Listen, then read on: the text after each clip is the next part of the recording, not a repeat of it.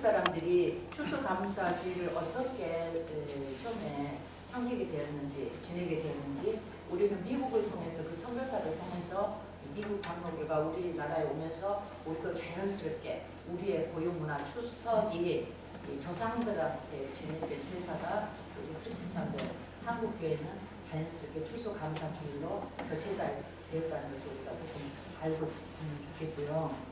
처음에 여러분이 많이 아셨다시피 루터는 종교도 얘기가 때문에 청교도 미국 청교도는 원래 본산지 영국에서 핍박을 받으니까 배를 타고 자기들은 신앙의 자유를 찾아서 미국으로 갔다. 우리가 너무 잘 알고 있죠. 때는 1960년대였어요. 맞을까요? 1600년대네요. 1620년대에 너무 영국에서 핍박이 세니까 여러분이 잘 아다시피 이 종교는 모든 정치와 이렇게 담합이 됐어요. 당시에는. 그러니까 근데 이제 성경이 보급이 되면서 제가 이전에 종교개혁에 대해서 잠깐 여러분하고 은혜를 나눴는데요. 인쇄술이 발달되고 루터가 이렇게 많은 성경을 이렇게 보급하고 이렇게 되다 보니까 사람들이 의식이 깨어난 거죠.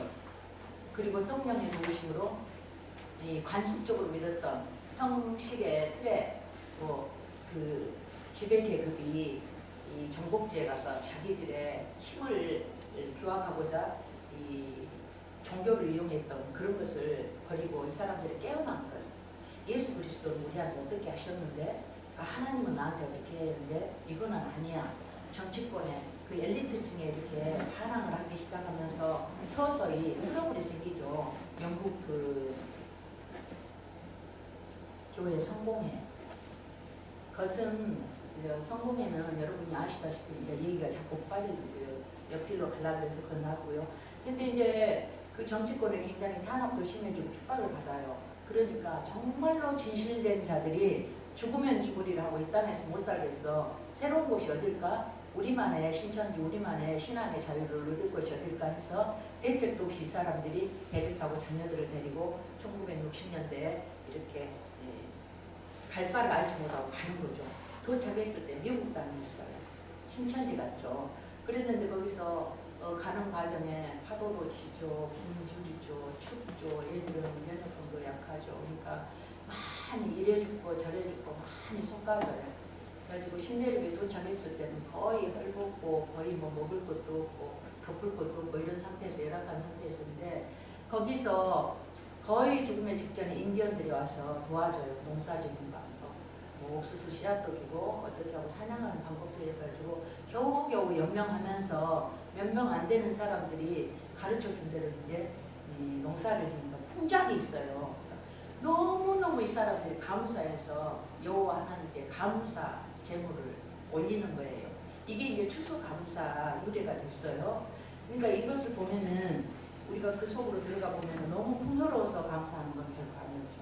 자기들이 먹을 식량이 없음에도 불구하고 이걸 하나님의 은혜를 잊지 않고 여기까지 살아서 오게 하신 하나님, 또 우리한테 먹을 거리를 주신 하나님, 없는 중에도 그 감사를 하게 돼요. 그러면서 당신들의 도움이 없으면 우리가 이것을 못했어 하고 인디언들을 초청을 하죠.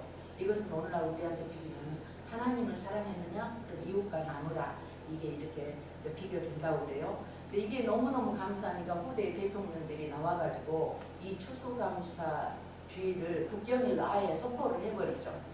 국경일로 선포하면서 여러분도 알다시피 미국은 청교도 정신으로 이렇게 세운 나라잖아요. 그러니까 감사도 함께 하게 되는 거죠. 그쪽 사람들은. 모든 대통령들은 지금 정권이 이체될 때 항상 성경에다 놓고 그 신앙 고백을 하나님 앞에 선서한다고 그래요. 근데 이게 우리나라에 오면서 이제 추수감사절기 이번 주 내일 모레가 됐는데요. 저는 그렇습니다. 방금 이제 그 잠언에서 우리가 봤다시피 우리가 처음 읽은 열매로 여호와를 공경하라. 하나님의 말씀, 성경의 말씀은 하나님의 말씀이죠. 그럼 우리가 소산물이 어디 있단 말인가? 우리는 농부가 아닌데 할 수도 있죠. 우리의 소산물은 직장일 수도 있고 우리가 일하는 가정일 수도 있고 우리가 현재 몸담은 곳의 소산물을 하나님한테 드린 거예요. 그런데 저는 이것을 그 초실절에 겹쳐서 우리의 그 소득을 영적으로 한번 보고자요. 내가 옛사람이었을 때 너희 아비 마귀의 상태로 내가 옛사람이었을 때 예수 그리스도께서 내 안에 오셔서 나한테 하나님의 자녀가 되게 하시고 또 하나님께 기도하면은 들어주시고 또 하나님께서 나를 그 큰 뜻 가운데서 연단하시면서 고난으로 이끌 때 원망하지 않고 감사하게 하시는 그것을 여러분과 은혜를 나누고자 합니다. 저희 남편은 사업가였어요. 아주 크게 했어요. 광주에서 전국적으로 아니고 광주에서 건설업계 10인방에 들어간 30대 때, 그러니까 지금 생각하면 참 더없는 일인데 항상 그 혈기왕성하고 핵이 충만하기 때문에 세상에 보인 것이 없었나 봐요. 저는 10인방 안에 들어갔다는 것으로 보지 않았어요. 저는 항상 줄이고 살았기 때문에 몰랐습니다.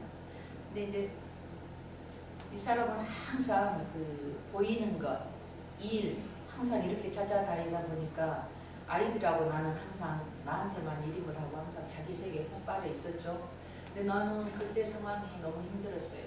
그런데 이 사람은 그 사업에 이렇게 고치돼가지고 여러 가지 뭐 어디다 도시계획을 하고 어떤 데는 큰 건물을 짓고 관에서 어떤 뭐 이렇게 청사가 들어가면 뭐가 들어간다, 뭐 전기시설이 들어간다, 뭐 이렇게 여러 가지 하더라고요.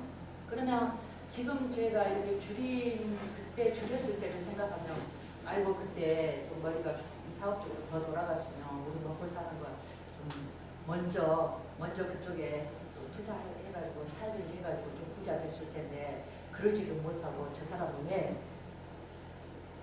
자식을 어떻게 미래를 대비하지 않고 자기 사업만 열중할까 하고 저는 굉장히 원망 불평이 많았어요. 상당히 많았어요. 너무너무 심했어요. 기대치가 없으면 실망도 안 하는데 기대치가 충분히 그럴 수 있는 사람이 가정을 보살피지 않고 그냥 이렇게 반에 줄이 간다든지 뭐 전계 인사들하고 이렇게 한다든지 이 커플들하고는 그러는데 가정에는 너무 이렇게 이렇게 버려두니까 제 안에는 저도 몰랐거든요. 저도 모르고 현실적으로 생각할 때는 내가 남편을 미워한 것은 타당하다고 생각했어요. 왜냐? 애들 교육 문제나 아내의 생일이나 결혼기념일이나 기타 등등 가정에서 일어난 소소한 것에 대해서 별로 등한히 했으니까 나의 원망 불평은 마땅히 맞다고 생각을 했어요. 그런데 항상 그러면서 저는 얘가 장남이 제가 이 교회 올 때 그 아들이 옆에가 장남인데 그 해를 못 넘길 줄로 너무너무 아팠어요. 그 해를 못 넘긴다고 죄송한데 제가 여러분 앞에 이 단에서는 죄송한데 그때는 예수 그리스도를 몰랐기 때문에 이제 불교 쪽에 미신 쪽에 해가지고 굿을 많이 했거든요. 하나님 앞에 너무 죄송하고 회개를 했는데요. 금년을 못 넘긴다고 얘는 항상 열이 막 38도 넘고 경기를 일으키니까 눈을 막 뒤죽여지고 여러 가지로 막 그러는데 그런 가운데서 제가 예수님을 영접을 하게 됐어요.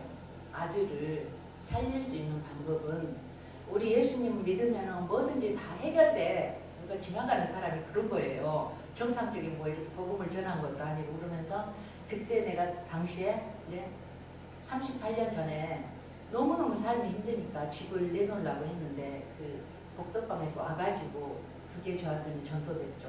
세대가 왜 집을 내놔? 그러니까 애기가 너무 아파서 집을 한번 옮겨보려고요. 환경을 개선하려고요. 그랬더니 안 되겠구만. 근데 우리는 그렇게 안 하는데 그 당시는 그랬어요. 안 되겠구만. 다 기도 좀 하고 가도 될까? 근데 저는 그때 외부인이 싫었지만 저항할 힘이 없었어요. 얘는 아침부터 일어나면 울지, 먹지를 않지, 병원을 다녀야 되지, 시동생들 양발 손빨래 해야 되지, 손빨래해서 삶아서 해줘야 돼. 그 당시에는 하얀 면장발을 신었어요.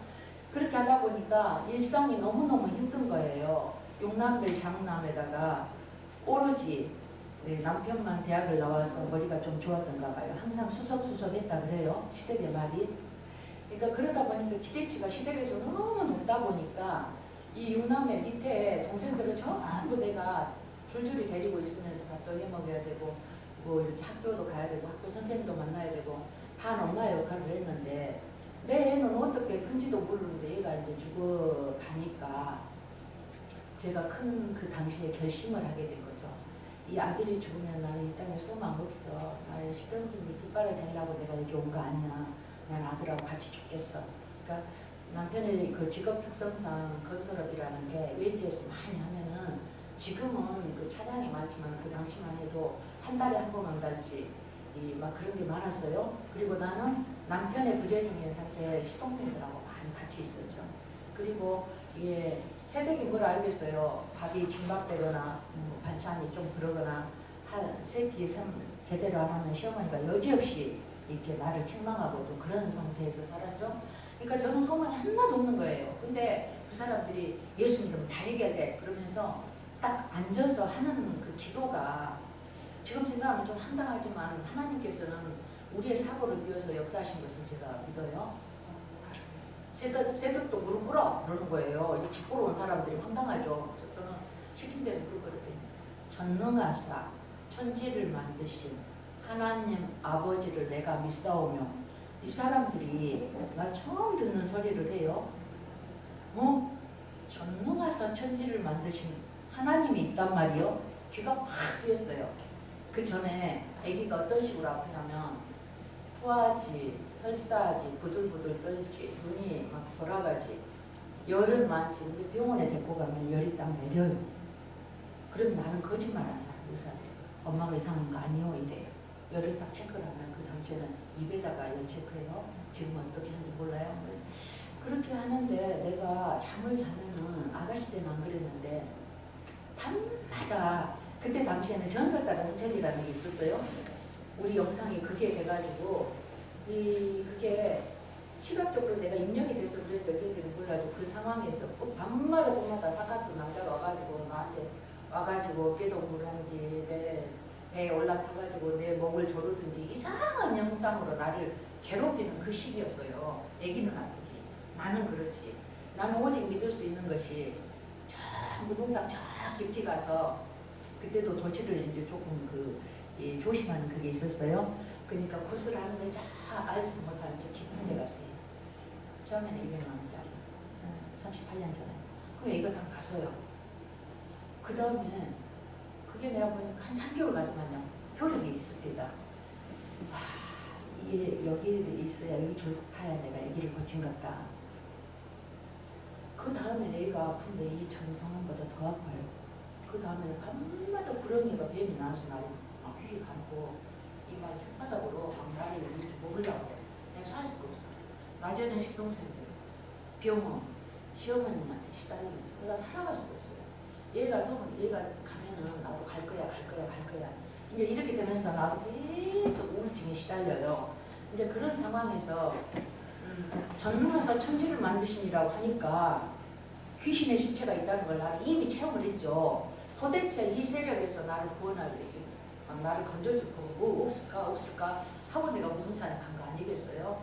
나중에 보니까 무등산에 헐몬산에 가서 목사님 따라 기도하게 되리라고 제가 그 당시에 상상을 했겠어요? 그랬는데 그렇게 저는 예수님을 받아들였어요. 전능하신 분이 계시네? 하나님이 있단 말이요? 나는 생전 처음에 머리에 털라고 처음 들었거든요. 하나님 믿어라. 예수님 믿어라. 그분이 전능자다. 우리 죄를 사해줬다. 그걸 처음 알게 됐어요. 그래가지고 내가 그 순간에 그 사람들이 집을 보러 왔고 그걸 사도신경만 하고 갔어요. 지금 생각하면 어떤 다른 기도 안 했어요.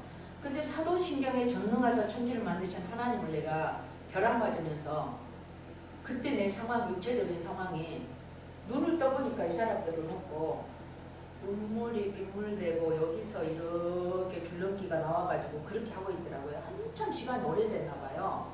근데 그들이 한 것을 가물가물 생각해 보니까 내가 내 상황하고 매칭을 하는 거죠. 그분 저분은 하나님 계시더라고요. 그럼 내 상황하고요. 내 상황의 그러함을 내가 이분한테 줄타면 내가 해결되겠네. 이걸 어렴풋이 느끼게 됐는데 뭐 장사된 것이 나오고 예수 그리스도가 나오고 그런 거 제가 다 믿어졌어요. 그 순간에.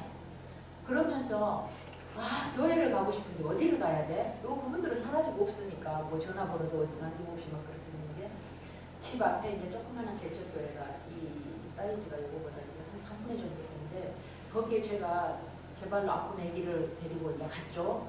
갔는데 거기 보니까 지금 생각하면 부흥회인데 그때는 사경회를 합니다. 사경회를 하는데 그때는 요즘하고 복음이 약간 복음의 본질은 같은데 기도가 조금 원색적으로 나갔어요. 내가 딱 가고 있는데 나는 혼자 처음 갔거든요. 주 예수여 만병의 의사이신 주 예수여 여기 아픈 사람이 있습니다. 고쳐주세요. 막 그런 기도를 하는데 자기들의 기도인데 나는 내 기도라고 받았어요. 그래가지고 그 또한 거기서는 사람이 너무 인산인이 많기 때문에 들어갈 데가 없어요. 그러니까 저 문지방에다 힘은 없고 애기한테 시댁에 다 시달려가지고 나도 죽게 생겼어요. 애를 안 돼요. 서 있을 힘이 없으니까 애기를 문지방에 안에도 놓고 그래서 오늘 못해다 이렇게 무게중심을 달고 있었어요. 근데 이제 거기서 다른 기억은 안 나고 지금 38년이 지난 세월 동안에 만병의 의사이신 주 예수여 여기 아픈 사람을 고쳐주세요. 그래요. 건강한 자에게 의원이 있을 때 없고 병든 자에게 의원이 있을 때 있습니다. 그러는데 나인 거예요. 내 새끼인 거예요. 그래가지고 한참 만에 눈을 떠보니까 엊그제 그 영상이 또 있어요. 여기는 다 액체로 여기서는 왠지 모르는 그 줄로 해가지고 내가 그렇게 하고 눈을 이렇게 떠보니까 사람들은 다 가버리고 거기서 지금 생각하면 강도사님 목사님 되기 전에 그분이 나한테 웃으면서 다가와서 복음을 체계적으로 알려주셨어요. 그게 여러분을 만나게 될 수 있는 예수 그리스도의 세계에 제가 들어오게 된 거예요. 그래가지고 지금까지 부실부실 하지만 왔습니다. 그런데 그때에 너무 제가 감사해서 감사의 예물을 하나님 앞에 올렸어요. 나 예수님이란 분, 하나님이란 분, 전능하신 그분이 나를 기억하신다면 내가 병원비 그때 믿음도 없고 누가 가르쳐주지 않으니까 내 수준의 신앙 고백이죠. 내 평생의 아들이 다녀야 될 그 병원비를 주님한테 드리겠습니다. 그때부터 이제 감사를 시작하게 됐어요. 그때부터 아이는 서서히 나아지게 된 거죠. 그래서 제가 이제 그렇게 해서 예수님의 나라, 하나님의 나라에 왔고요. 해마다 감사, 추수 감사절에 보면은 제가 그런 의미 들었죠. 나는 농사하는 것이 아니고 우리 시어머니는 농사다니만 예수님을 모르는데 내가 어떻게 감사를 할까? 그랬을 때 아까 서두에서 말씀드린 예수 그리스도께서 나를 선택하신 그것에 대해서 먼저 감사를 하는 것을 생각하게 됐죠. 그리고 외형적인 감사, 육체적인 감사, 자녀가 잘 돼서 자동차를 사서 아파트가 넓어서 공부를 잘해서 이거는 외형적인 육체적인 감사라는 걸 알게 됐어요. 우리의 감사는 여러 가지입니다. 근데 하나님은 우리가 영적으로 먼저 감사하기를 원하십니다. 감사할 것이 아무것도 없을 때 저는 남편의 사업을 따라서 남편의 사업이 감사하기도 또 안 되는 경우가 있었어요. 그때 저의 원망 불평은 하늘에 닿아가지고 남편하고 헤어지고 싶었어요. 저한테는 건물도 있고 아이들을 유학시킬 정도의 어떤 은행에 그런 것도 있고 이 사람만 아니면 정말 그때 너무 힘들어서 날이면 날마다 빚쟁이고 저 빨간 딱지는 집에다 붙이죠. 저는 겁이 많은 사람이거든요. 옳지 않은 것을 알면 정직하지 않으면 마음부터 스트레스 받아서 아픈 사람인데 이 깍두기들이 와서 여기서 그런 말씀은 안 되는데 그때 상황이 그랬어요. 와서 겁을 주지 이 사람은 남자들이 위기에 몰리니까 정말 연약하던가요. 그 전에는 나한테 재원같이 불리던 사람들이 그런 억센 사람들이 오니까 도망가 버리고 없어요. 나는 얘들 데리고 질질 울고 있고 진짜 용서 때려 죽이고 싶습니다. 근데 이제 또 이렇게 보면 성경을 보면은 이혼하지 말라 그래요. 저 육적인 반응은 정말로 헤어지고 싶었는데 저는 부족하지만 말씀대로 살려고 여기까지 오고 발버둥치고 왔죠. 그랬는데 이제 그런 상황 가운데 제가 계속 원망하고 계속 불평하고 한 달이면 그때 수입이 1,000단위가 넘게 들어왔을지라도 훨씬 많은 지출이 되고 은행에서 자동이체 해버리고 그런 것을 여러분들 알라가 몰라요. 분명히 내 통장이고 내 재산인데 나는 만져볼 수도 없고 은행에서 착하다고 해가지고 자기들이 다 써요. 진짜 삶맛 안 나대요. 그랬을 때 원망 불평만 했더니 어느 날 주님께서 저를 책망하셔요. 방금 부른 찬송이 사리기 쉽다. 세상 모든 풍파너를 흔들때 네가 감사라는 거죠. 내가 너한테 준 복이 얼마나 있는지. 그래서 저는 어리석게도 주님한테 굴복을 못했어요. 하나님, 예수 안 믿은 우리 언니나 예수 안 믿은 저기 친구나 안 믿은 누구 열거를 하면서 저들은 나보다 더 잘 되는데 예수 믿는 죄로 나는 뭐예요? 이렇게 불평을, 합리적인 말로 불평을 많이 했어요. 그랬더니 어느 날은 주님이 나를 보고, 나는 자칫 내가 믿음이 좋다고 생각했는데 하나님은 나한테 상장, 윤향속 그렇게 우동상 정도는 아닐지라도 너 믿음 생활 잘했구나 그러실 줄 알고 자기 도취에 빠져 있는데 어느 날 가데스반에 열 정탐꾼을 아느냐고 주님이 나한테 질문을 하시더라고요. 압니다. 너는 어디에 속해서 가냐? 여호수아 갈렙이요. 그랬더니 주님 침묵 가셨어요. 침묵 가셨는데 제가 울었어요. 주님은 아무 말씀도 안 했는데 영으로 깨닫게 되는 게 제가 불평불만했던 10사람에 속했던 거예요. 너무너무 울고 나서 남편을 원망하고 불평하는 것을 거두게 됐어요. 그때 429장의 찬양이 저한테는 큰 힘이 됐습니다. 그러면서 거기서 억지 감사를 시작하게 된 거죠. 그러니까 그 전에 제가 신앙생활 했던 것은 애기 낳으려고, 나 좋으려고, 나 복 받으려고 그 정도밖에 안 됐던 거죠. 거기서 벗어나지를 못했어요. 여러분이 알다시피 출애굽에서는 무조건적으로 하나님이 구원을 해주시죠. 그 다음에 가나안하고 출애굽 사이에는 뭐가 있습니까? 광야. 광야에서 연단하시고 연단하시는 그 과정 속에서 제가 이스라엘 백성처럼 하나도 빠짐없이 똑같이 물을 주면 조금 감사하고, 나한테 필요한 것을 주면 조금 감사하고, 남편이 집에 어떤 것을 좀 이렇게 건사하면 조금 감사하고, 메추라기를 주면, 고기를 주면 감사하고, 안 그러면 불평하고. 그게 확 저한테 왔어요. 광야에 돌리신 하나님, 저를 이 나이까지 광야로 돌리셨어요. 왜요? 저를 사랑하셔서, 또한 제 입장에서는 제가 믿음이 없어서, 제가 출애굽기서의 믿음만 있었던 거죠. 나를 구원하신 하나님 감사, 내 아들을 병에서 구원하신 하나님 감사, 그 해를 못 넘긴다는 그 아들을 살려주신 감사, 거기서만 멈춰가지고 그 하나님만 전부인 줄 알고 그 하나님만 부탁하고, 하나님은 내 인생을 광야로 돌려서 나를 연단하시고 성장시키려는 그 계획은 No thank you 하나님, 나는 예수 진실로 믿잖아요. 자꾸 이스라엘 민족들이 바로한테 가고 싶어 하죠. 그게 저였어요. 그러면서 그런 것을 견디면서 통과하면서 여기까지 와서 여러분과 이렇게 은혜를 나누게 됩니다. 말씀은 다시 돌아가겠습니다. 그래서 잠언의 말씀은 소사물의 처음 익은 열매로 여호와를 공경하라 그래요. 옛사람 아담은 죽음의 첫 열매고 예수 그리스도께서는 살아있는 부활의 첫 열매십니다. 그러면 첫 열매는 우리도 예수님을 따라가야 되기 때문에 우리도 첫 열매이신 예수님을 따라서 첫 열매가 되는 거예요. 그래서 우리의 감사는 구원의 은총의 감사, 날 구원하신 그분께 감사. 우리 하나님은 그때 제 입장으로 보면 너무나도 잔인하신 분이셨어요. 먹을 것도 없죠. 애들 학비 보낼 수도 없죠. 막 그럴 때 이 먹거리가 없으니까 막둥이한테는 국가가 너를 먹여 살리리라. 군대 가라, 빨리 가라. 하루 세끼 먹게. 그 정도는 해결이 안 될 때 저는 통장에 뭐 이렇게 수입이 많다 하더라도 내가 자유로 쓸 수 없으니까 그때 오피스텔 임대사업을 했는데 주민들이 시키고 먹다 남은 그 짜장이나 뭐 탕수육이 있습니다.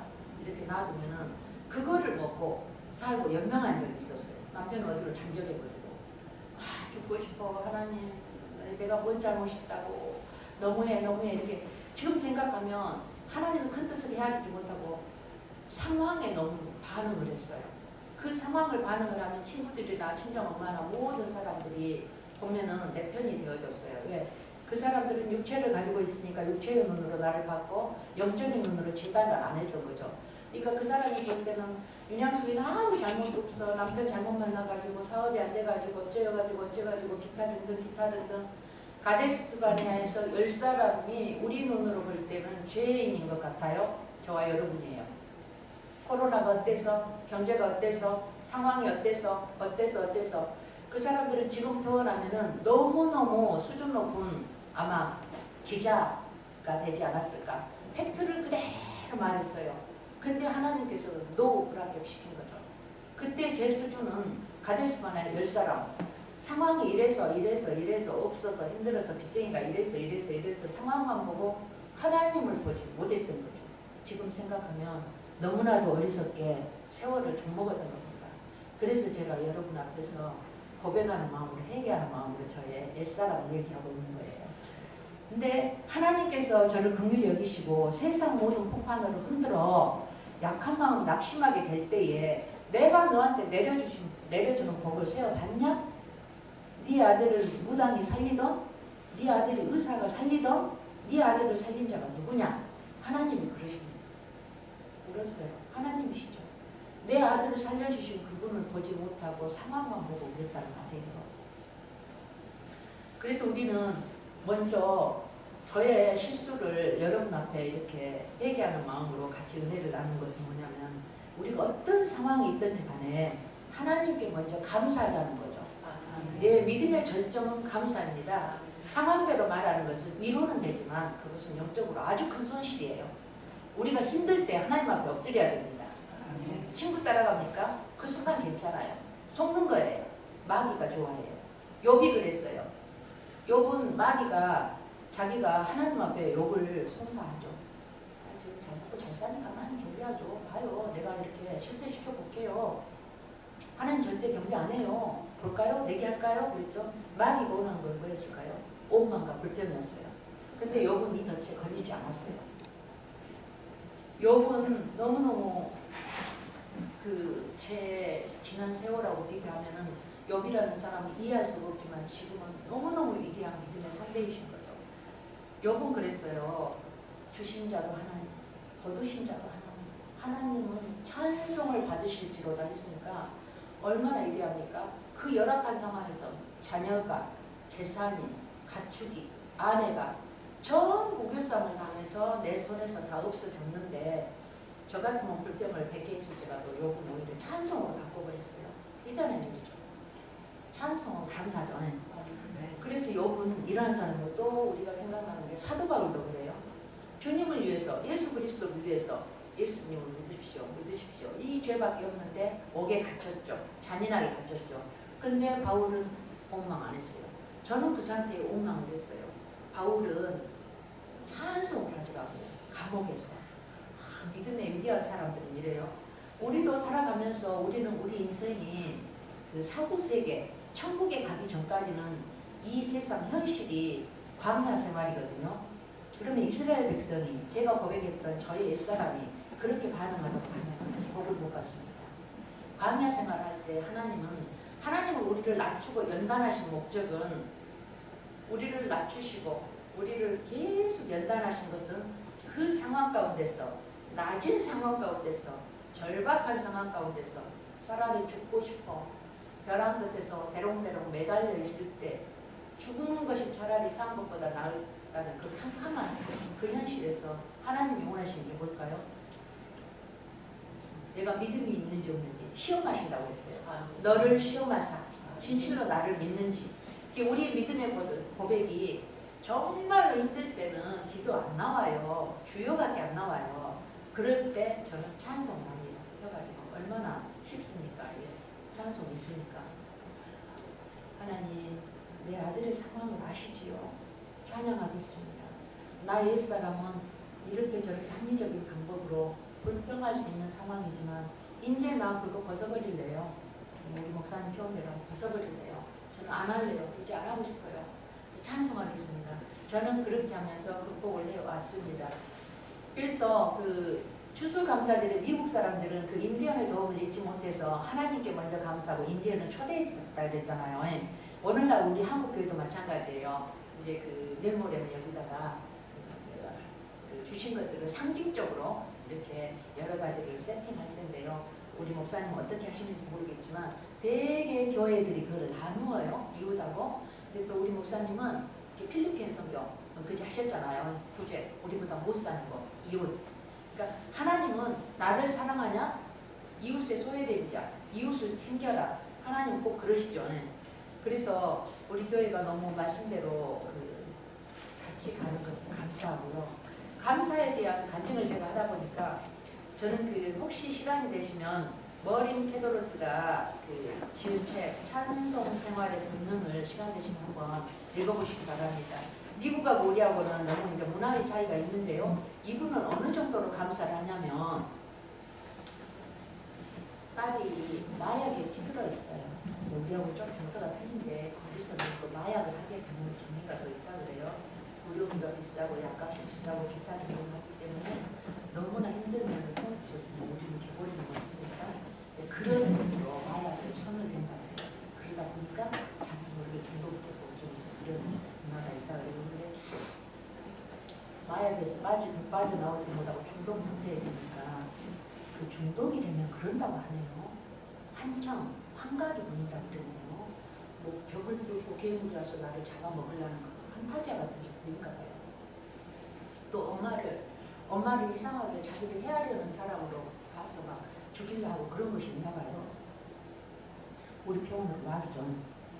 근데 이제 이럴 때 이 부부가 딸이 그러니까 수십 년 동안 하나님 고쳐주세요, 고쳐주세요, 고쳐주세요 그랬대요. 근데 그 기도가 안 들어졌대요. 근데 이 작가, 이 케도로스라는 목사님이시거든요. 근데 이분이 감사에 대한 은사를 받으셨나 봐요. 그래가지고 무조건 감사라고 그랬대요.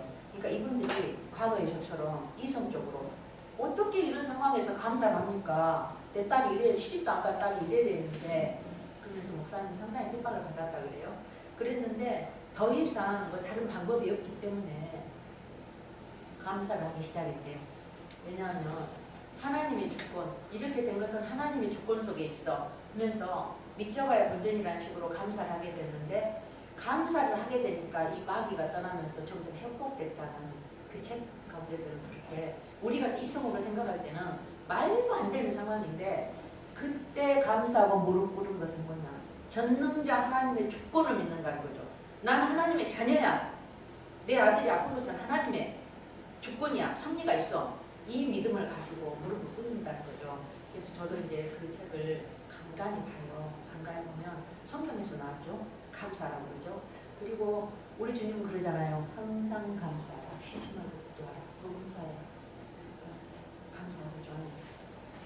그러면 감사를 안 할 때 저의 경우는 그랬어요. 감사를 안 하면 오만 불평이 나왔습니다. 왜냐하면 현실의 팩트는 엉망이니까요. 그리고 감사는 하나님의 언어예요. 감사는 하나님의 언어. 그러니까 욥한 때 오만 불평을 얻으려고 사단이 그렇게 덫을 쳤는데 욥은 감사를 했어요. 찬송을. 그러니까 마귀가 떠나잖아요. 그러니까 이때 시대에 보면 욥은 마귀가 나타났을 때 주 예수 이름으로 명하니 마귀가 물러가라 떠나라 뭐 어쩌라 그런 말 안 했어요. 그냥 감사했어요. 그러니까 감사는 마귀를 물리치는 힘이 있답니다. 감사는 저의 경우 감사는 또 병을 이기는 힘이 있더라고요. 그렇게 우리가 추수감사절 됐을 때 우리는 당연히 사람이기 때문에 물질의 감사 당연하죠. 우리 예수님도 10사람의 그 나병 환자를 고칠 때 다른 사람은 어디를 갔느냐 그리고 감사하는 사람한테 너의 감사가 구원을 이뤘다고 이제 그런 대목도 있거든요. 그래서 이제 저는 설교를 조금 짧게 했어요. 목사님이 잘하시니까. 근데 오늘의 설교는 제가 저의 간증을 하다 보니까 좀 설교대가 너무 빗나갔습니다. 이렇게 줄이겠습니다. 기도하겠습니다. 하나님 아버지 감사합니다. 부족한 종이 아버지 걸어온 길을, 아버지 하나님 실패한 길을, 아버지 하나님 주님께 오만불평했던 길을 아버지 회개하는 마음으로 사랑하는 종들과 같이 은혜를 나누어 보았습니다. 주님 보시기에 아버지 은혜로운 것은 취하게 하시고 아버지 하나님이 은혜롭지 못한 것은 버릴 수 있는 분별력을 허락하여 주시옵소서. 하나님 아버지 곧 추수 주일이 오는데 우리가 구원의 은혜에 감사하며 아버지 예수 그리스도께서 십자가에 흘리신 나를 위하여서 목숨을 버리신 그것으로 감사하는 마음으로 우리의 아버지 정성을 드리기를 원합니다. 하나님 아버지 우리에게 감사의 마음을 회복시켜 주시옵소서. 아버지 하나님이여 나를 사랑하시는 하나님께서는 복 주시려고 여러 가지 연단을 주신 것을 감사합니다. 연단 가운데 있더라도 항상 입술에 찬송의 제사를 지낼 수 있도록 주여 도와주시옵소서. 아버지 하나님, 고통 중에도 하나님의 은혜를 생각하며 고통 중에도 하나님의 주권을 생각하며 하나님 아버지 연단 중에도 아버지 하나님의 섭리를 생각하며 오직 감사함으로 그 문에 들어갈 수 있도록 도와주시옵소서.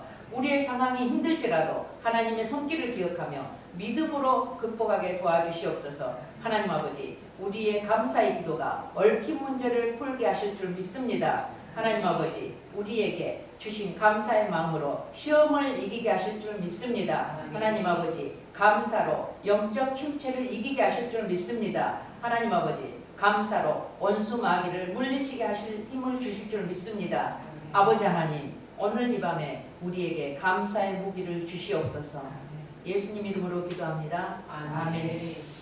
하늘에 계신 우리 아버지여, 이름이 거룩히 여김을 받으시오며 나라의 마옵시며 뜻이 하늘에서 이룬 것 같이 땅에서도 이루어지이다. 오늘날 우리에게 일용할 양식을 주옵시고 우리가 우리에게 죄 지은 자를 사하여 준 것 같이 우리 죄를 사하여 주옵시고 우리를 시험에 들게 하지 마옵시고 다만 악에서 구하옵소서. 대개 나라와 권세와 영광이 아버지께 영원히 있사옵나이다. 아멘. 먼저 통성 기도하시고 개인 기도 들어가시기 바랍니다. 목사님과 교회와 또 한우들과 군 복무 중에 우리 아이들을 위해서 기도해 주십시오.